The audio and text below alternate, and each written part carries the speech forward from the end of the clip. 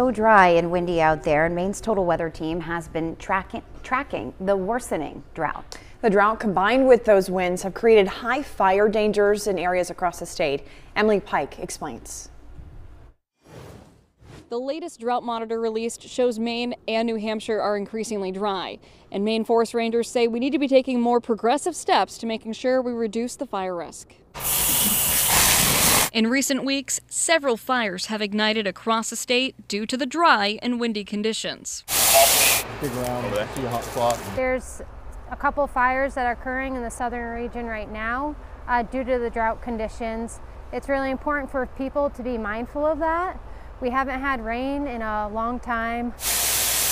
On Thursday, strong winds pushed a ground fire closer to Oak Hill High School. That fire was sparked by ash from a wood stove at a nearby home.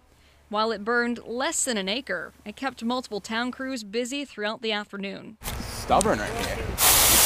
Folks are still having their wood stoves going, and they need to clean out their wood stove, and they, without thinking, they just dump it outside of their house, and they don't put water on it. And if they do, they don't put enough water on it, and it's so dry that the fire can actually burn the material that's underneath the wet part of the ash, and it can creep up and pop up elsewhere. Maine Forest Ranger Michelle Warner advises keeping leaves, twigs, and grass clear and soaking hot coals until they're completely cool to avoid embers from spreading. I know it's an extra step, but it's important to prevent a woods fire possibly burning down your house or your neighbor's house. There's a lot of simple, everyday things that we do to give more fuel to the next fire.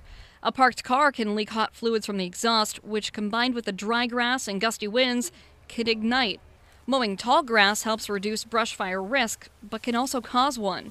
It's recommended that you lightly wet grass before mowing in dry conditions. The bottom line, conditions aren't safe for fires, and it's not advised that you start one. There's different laws and regulations regarding burning, so you can't have an outside fire when the fire danger is high. The fire danger is high today, and burning is not being permitted. So even if the fire danger isn't high, there's still a ton of things that you can do to limit the risk of a spreading fire. For Maine's Total Weather, I'm Emily Pike. The state legislature